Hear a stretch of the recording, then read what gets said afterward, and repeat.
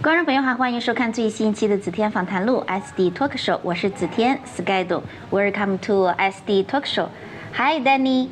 Hi, Sky. I don't know about you, but you told me that you have a special guest today. Yes. So I cannot wait. So would you tell us more about this special guest? Yes, our special guest is a handsome Judge Jason Luong.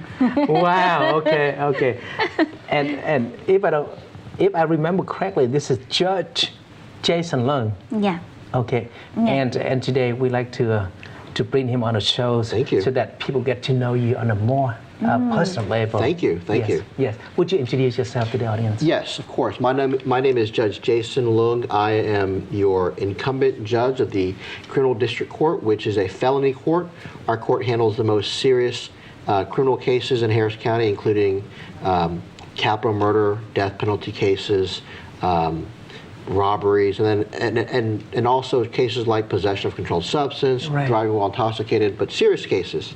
I'm also the presiding judge of a special court that we call Felony Veterans Court, which is a court that's designed to help veterans who suffer from post-traumatic stress disorder, brain injury, or addiction issues that arose from their time in the service, and then later on down the life they commit a crime, and rather than send them to prison, we connect them to services through the VA, mental health treatment, addiction treatment, counseling, and so they avoid prison and they get the help they need and they deserve from serving our country. Right. And how long have you been judge? I was first elected judge in November of 2018, then I took the bench in January 1st of 2019, and so I'm very proud that I'm the first and only Vietnamese American elected criminal court judge, I think, in the entire state of Texas. Right. But in Harris County, I'm the only currently serving Asian American criminal court judge out of almost out of all 40 criminal judges in Harris County, both either misdemeanor level or felony level. So it's really special that I get to represent our community in Harris County and represent all the people here. So I'm very happy. So you're proud to be the first. Yes, I'm very because proud. You got the boldness, the courage to step in something that has never been done before. I hope so, yes. Yeah. And so it's not an easy job. People think being a judge is easy, but it's a very difficult job because you handle so many complicated issues and you make decisions that affect people's life. You know, whether the person is the victim of a crime or the defendant or the police officer testifies, or just the community members who want their communities to be safe. What we do affects all those things. Extremely challenging. It is. You know, sitting on that bench and you have to be unbiased, and you have this. Even though you have your human side, your emotional side. Yes. But you cannot do that regardless how passionate you are for that person. That is right. But that is also, you know, we balance it between the law. You know, the judges are not simply robots. We don't just, you know, it's not like you sit there. Yes. You have to balance your life experience. Yes. And because oftentimes, for example, I'll have to decide what the appropriate punishment is for a person who committed a crime, who pled guilty or was found guilty by a jury. And so it could be any kind of range of cases, whether, you know, driving while intoxicated, you know, the third time, or maybe the fourth time or fifth time, which is a felony, or maybe they have drugs, or maybe they commit something more serious. You know, sometimes they're 18 years old, sometimes they're 40 years old, sometimes they're 60, married, not married, have kids, not have kids. You have to think of all these things, and it's a hard decision. Sometimes you decide, well, should this person go to prison? Should they go to probation, rehabilitation? What should be the result? So it's difficult, but I really love it because I get to help people and I help keep their community safe. And then people said, as a judge, you interpret the laws. Sometimes, I mean, you're not creating the laws. Yes. How challenging do you find that? Well, some of the challenging part is that if you're in a trial and, you know, there are witnesses testifying, certain type of evidence, a weird issue of the law comes up, and both sides have a position about it, and you have to make a decision quickly. You know, it may be a very complex issue, and you don't have the benefit of, well, let me stop, let me research this for 3 hours and find out the answer. You have to kind of know. You don't have that option. Yeah, it's because everyone's waiting for the testimony. You have to make a ruling. So luckily, you know, I went to a very good law school, went to University of Texas School of Law, and I've been practicing for over 21 years, so I have a lot of experience.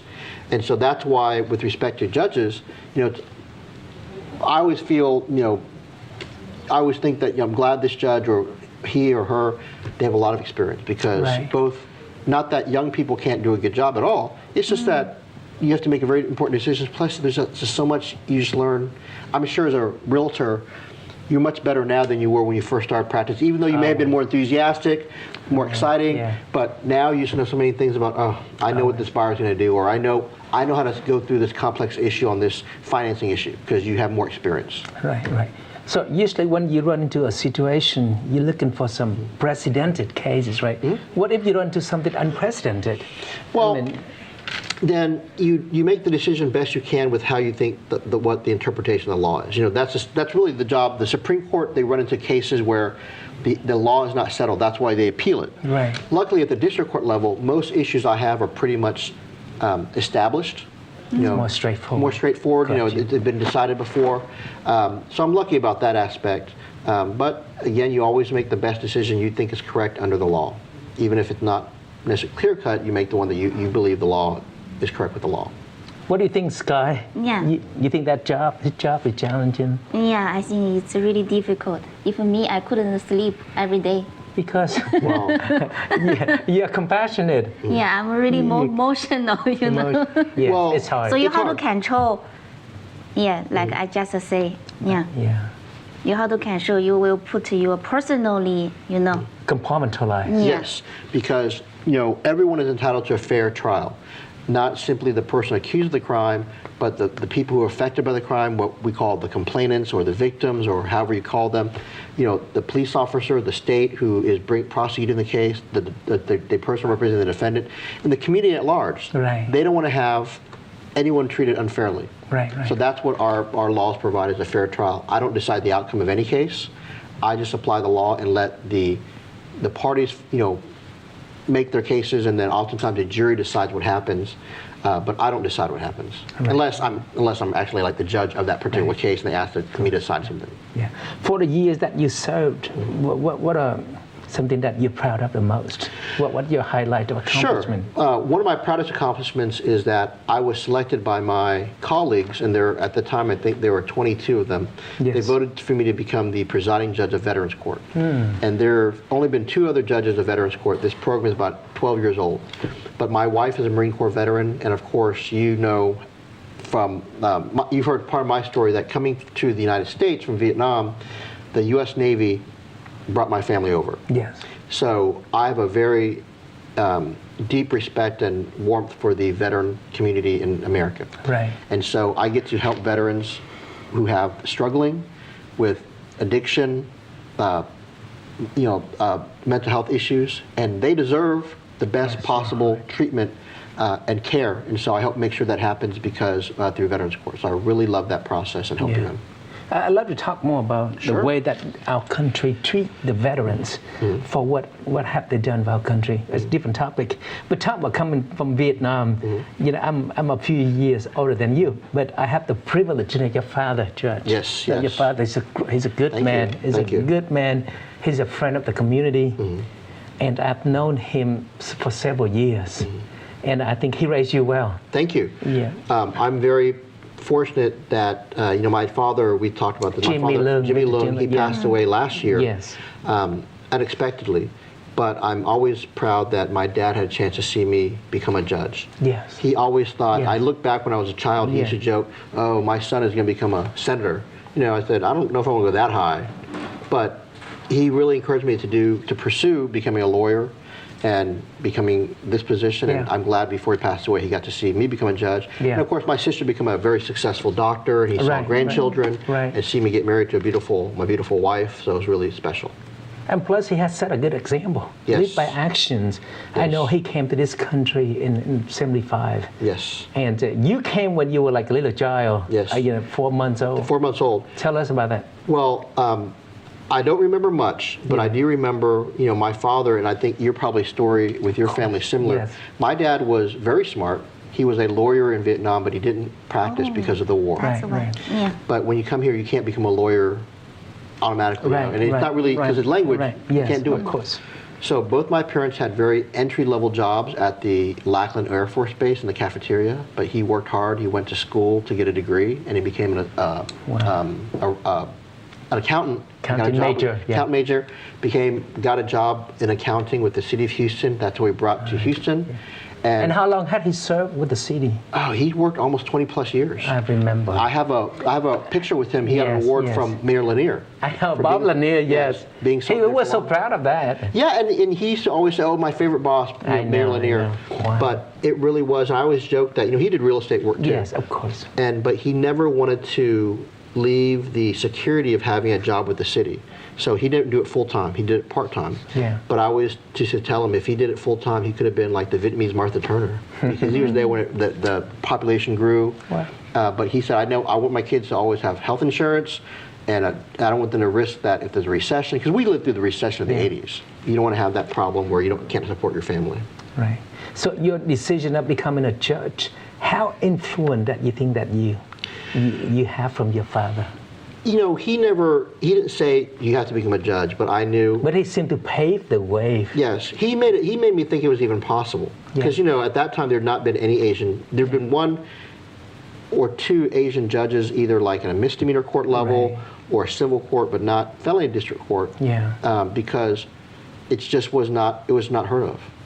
When I say Asian, I mean Chinese or Vietnamese or East Asian. Yeah. There had been South Asian, like Indian and Indian judges. But I think I wanted to do it to make him proud. He didn't ever ask me to do it. He didn't say, you have to do this to make me proud. I wanted to do it because I thought it would make him proud.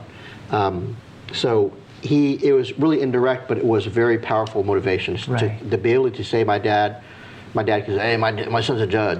I'm sure that it's the same way we think for our families. In fact, I remember the day I get elected to be a councilman at large, and then my father, he bragged, I know how to feel. Tell us about yourself. Okay. So basically, you grow up and then you chose law at your major. Yes, I grew up in Alief in Southwest Houston. So where did you grow up? I came in 1984. Where'd you live? Attended Clemens High School. Berlin. Clemens, Dulles, Alief. People in Alief, if they moved out towards Clemens and Dulles, moved further out. But I grew up in Alief, which is a very big Asian population, and then I went to Rice University, and then University of Texas School of Law, and I thought I was going to be a trial attorney, like civil trial attorney, not doing criminal law work. But then I decided to become a prosecutor for a couple of years to really get experience. I thought it was interesting, and I realized I loved in the criminal law area. People don't have very much money. They're oftentimes very sad stories, but I really felt like I could help people. When I prosecuted cases to make people safe, I worked as a prosecutor for almost 4 years.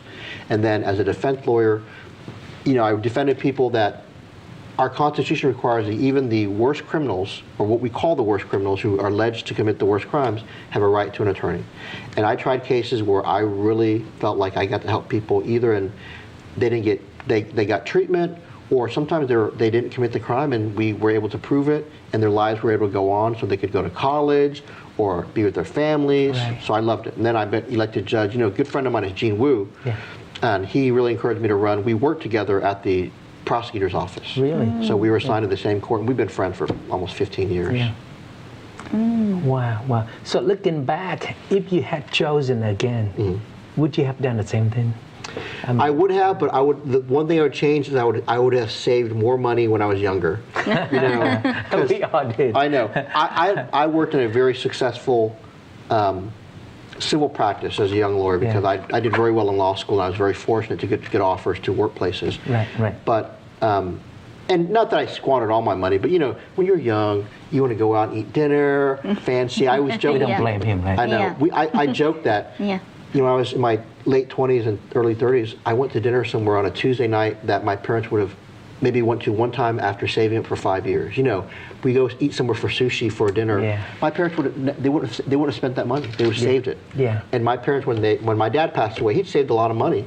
I wish I'd done a little bit better and saved more money, because I did save enough money where I could take a job that paid a lot less, which is working as a prosecutor.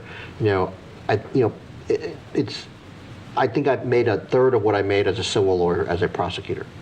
But it was enough to support myself because I was single at the time. Right. But if you can't, sometimes you're tied down because you have obligations. But I was able to do something I loved, which was to work for the county. and become a prosecutor because I saved a lot. I wish I'd saved more because I think I don't remember any of the money I spent going to bars and restaurants and just kind of silly things. I wish I'd been more frugal like my parents did, and your parents did too, I'm sure. Your parents. Tradition. I know. Frugality is the name of the game. Yes. Yes. So for those young people in the audience, if they decided to go into law, what kind of advice would you give to them? I mean, I go into law, what kind of law? Should I focus on the prosecution or should I focus on the defense? Would you give them some advice? Well, you need to find, it's very difficult because when I first started practicing, I'm in an area that I never thought I'd be in. I thought I either was going to represent, I joked, I used to thought I was going to become like a sports agent too. Because sports agents are lawyers. But you make big money, you know, all these people, but I realized I didn't know anyone, so how could who do I represent? You know, Roger Clemens doesn't know me, or any sports athletes, or Yao Ming doesn't know me. So I said I'd be a trial lawyer. First you have to figure out what you like, and if you do what you like, you'll be successful. But more importantly, always be respectful and nice to everyone you work with.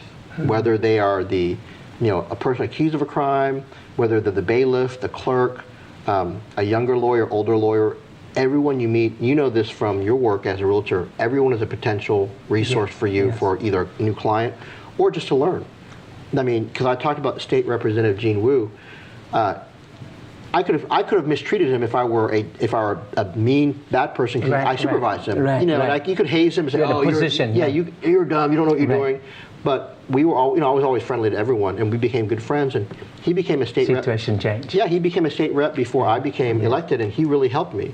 So the people that are one day, an intern to you, you supervise them later, and they help you later on in life. You never know who's going to help you. There are people 20 years ago who helped me that now help me even more. And I'm glad I was nice to them 20 years ago. So that, and you know this too, that one person that now they're a multimillionaire, you're gonna help them buy a property, right? Exactly. You are so good at that, Sky. Tell us what you think about that. You never know who is sitting next to you. Yes. Especially in the Asian community because they're so humble. You never know that person who wears sandals and who speak broken English and don't underestimate the appearance. I'll tell you a funny story. You know Benny Wong? Yeah. Okay. Do you like Benny? So I hold my opinion for now. I'll tell you, I was out campaigning in 2014, and he has a shopping center right there down the street. So I went to this, I was just going door to door, and I said, "Hey, do you mind if I put a sign in your window?" He goes, "Sure." I said, "I'm Jason Luong, I'm running for judge." This is 2014, when I first ran, I lost. And he goes, "Oh, I'm Benny." We talked for a little bit. So I said, "What do you do, Benny?" You never knew exactly what you're doing. It's a little, it was a air-conditioned industrial shop where you buy little parts for HVAC units. I go, "Oh, I own this whole shopping center." I'm like, "Really?" And he just dressed, his t-shirt, jeans. You thought he was just a store clerk. But I was nice to him. He was very kind to me. But I was surprised. I didn't know this guy owned the whole shopping center or whatever it is. Because especially in the Asian community, they don't dress flashy. They don't they don't do any of the kind of things that we this generation sometimes do too much of. So that's why I would say you just be nice to everyone because you don't know that person could be, the next most important person in the world. Good tip. Especially facing attorney and the judge. Yes. There are times when, if I'm out and about, I'm going to the grocery store, you're not going to know that I'm a judge. I remember one guy was yelling at me one time. I said, you don't have to, you don't have to be rude to me. I'll just ask you to be respectful of another person. But I didn't have to do anything, obviously, but it's nice to be that way. I take that too hard. As a matter of fact, I had a closing coming up, big commercial transactions. I knew the person in the sauna room. Oh, wow. In the sauna room, you're almost naked. You never know. Just in the sauna room, you never know. So it's just the principle that you treat people at where they are without looking at the cars and the watch and all that. That's a great tip. So you're very happy with the journey. You are a Vietnamese American. Yes. You're an American. Needless to say, we're proud. Thank you. As a community of because you're not only you individually judge, but you see a Vietnamese judge who came to this country and now you become an asset to be a contribution to this country. How does that feel? I love it. I love it mainly because there's going to be a better, smarter Vietnamese judge or elected official after me who hopefully will say, because Judge Luong, Gene Wu, Hubert Vaugh, whoever it is, that Christine Weems, who's on the civil court bench, they say, I ran because they ran too, and they won. Or Danny Chung, or Danny Lee, who's running in Sugar Land, or and Danny Nguyen. Yeah, too. Danny, of course, Danny too. And then Richard Nguyen too, in City Council. Yes. So that's the part I really appreciate. And can I say something about my election race too? Please. So I say this because it's very important that I didn't grow up with having many Asian elected officials, right. And so. Right now, I'm the only Asian American criminal court judge in Harris County, and I have a runoff race. And so, if you live in Harris County, there's a runoff in the Democratic primary. You can vote on. You want to tell them, sure, Sky? You want to tell them yeah. the date? Sky will make an announcement. Yeah. Maybe in Chinese too. 5月24号， 请您选我们的 Judge Jason Luong. And that is the date. The date is right there. Okay. Early runoff voting 是5月16号，2022年。到5月20号的2022年 ，Runoff 是星期二5月24号的2022。谢谢。So, you decided to continue with that mission. Yes. So, what makes you think that you are a better candidate? If you allow me to be blunt. Of course. Yeah. My opponent is from the district attorney's office.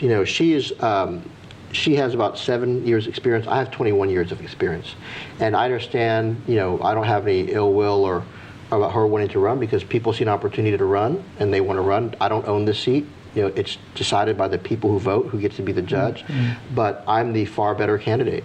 I have over 21 years of legal experience. I have experience as a defense lawyer, as a prosecutor, as a judge. And, and during these types of races, there are certain groups, they interview all the candidates. They say, okay, we prefer this one over this one. They endorse people. You know how it works. They endorse candidates. So in my race, I'm lucky that almost every single group has endorsed me. The Houston Chronicle. Who are some of your endorsers? Well, I'll see. This is my little push card. You're familiar with this. So the Houston Chronicle's endorsed me, which is very important. Right. Of course, they go through a lengthy. Oh yeah, it's like an hour process. Selection process. And they do a full background check on you. Yes. And then, of course, every bar association, which is a group of lawyers, has endorsed me over my opponent, like the Association of Women Attorneys endorsed me, Mexican American Bar Association, Houston Lawyers Association, which is the Black Lawyers Association for Houston. All of them have endorsed me over my opponent because they know, one, a lot of them practice in my court, and they know what a good job me and my court were doing to help the community. And then, of course, every other group. One thing we need to have an Asian group that endorses candidates, by the way, locally, but Latina group endorsed me. A lot of the Houston Black American Democrats, Texans with disabilities, different diverse groups have all endorsed me because the work we do and what we represent. And if we want to have diversity in our benches, that we have to elect diverse people and people that represent all parts of the community. So, I'm happy to be the only Asian American criminal court judge. I don't want to be the only one. And if I don't win in the primary, there are not going to be any. Yeah. You're not going to have any criminal court judges in Harris County that are Asian American, which would be, really sad because Asian Americans constitute a very large and significant and important part of our community. Both in terms of, they're not just people who are involved as criminals, but they're also people who are victims of crime. They have businesses. They should have, and I've dealt with a lot of times where people are afraid to necessarily talk to the police because they don't. That's why the police department expanded the number of Asian American police officers and recruited heavily so they'd be at the storefront on near Ranchester, on Bel Air, Hyatt, Regency Square. So that way the people feel comfortable, and I say I will talk to you about what happened to me because one, you speak my language, or I feel at least connected with you. Right. So that's important. I think the same thing for the judge. Yeah. You don't want to see them as police officers. When I was a prosecutor, there was maybe 2 or 3 other Asian prosecutors. And I was the only Vietnamese prosecutor for a long time until they hired another one. But people want to see diversity in every level, including at the highest level here. Yeah. Well, I think we have a few more minutes, and it would not be complete without asking about personal questions. Uh-oh. Yeah. And I know that Sky will have a personal question about your family now that I know she. Yeah. My mom told me if you want to marry to a lawyer or a judge, you need to be careful. Uh-oh. Because when you yell at each other, you never will win. So I wondering you with your wife. You know, you're married, right, Danny? Yes, I'm happily married. You know, as a man, you never win any argument with your wife. Even if you're a lawyer, if you're the judge, if anything, you don't want to win. You don't. Yeah, even if you can win, you don't want to win. You want to lose with dignity. So lose, but happy. Yes, happy wife, happy life. So when my wife and I argue, if we ever argue, it's very minor, and I know that I don't want to win, and it's smart man. Yes. Well, that's the least we can do for all they do for us. Yeah. And how many children do you have, Judge? 3. I have a stepdaughter who is 14, and then I have a son and a daughter. They're great. Yes. It's wonderful. I mean, I couldn't be more happy. And of course, my son is more like my wife, my wife is a Marine Corps veteran, so she's very tough. So you don't argue with that either. You know, if your wife is a trained killer, you don't argue with her. But she's wonderful. So my son is like my wife. You know, he's very. I think he's going to become a Marine, or if they still have the Space Force, the new branch of the military. My daughter is like me. You know, she wakes up early in the morning like me. She says, "Oh, we're both early birds." But I always joke, but I think she's going to be the first Asian American district attorney for Harris County. Right. That's like 30 years from now, or 40 years from now. But she's spectacular. They're both very smart. And my stepdaughter, we think she's going to become a genetic biologist. So I'm fortunate to have very smart, well-behaved children. We don't have much time left, but you mentioned a topic that I take it very close to my heart. It's about the veterans. Yes. The men and women who had served and dedicated their life. And then, I mean, how could they be treated in the society, in the judicial, in the court systems? Yes. But I really like to maybe another shows, another opportunities. And in addition to that, what can we do to help? I think they deserve it to be mentally supported. Well, the one thing is, you know, with what we handle is a special population of veterans, which is those who have PTSD, diagnosed mental health issues or addiction issues, and then we connect them with services. The bottom line is that for everyone is that they want to be treated in the way that they deserve to be, which is like Americans. Sometimes we feel, and not in a bad way always, but we feel. Sometimes we feel so, not awkward is not the right word, but we feel, they want to feel a part of our community, and they're veterans, but they're also Americans. And so feel abandoned. You have to be blunt. And also they just want to, they don't want to be treated like, sometimes there's a discussion about whether that they want to say, thank you for my service, because sometimes it makes them feel like they're not the same kind of American. We're all the same kind of American, but we have to treat them. But more importantly, we need to give them the services they've earned. But would that be considered differential treatment? Because two American citizens commit the same crime.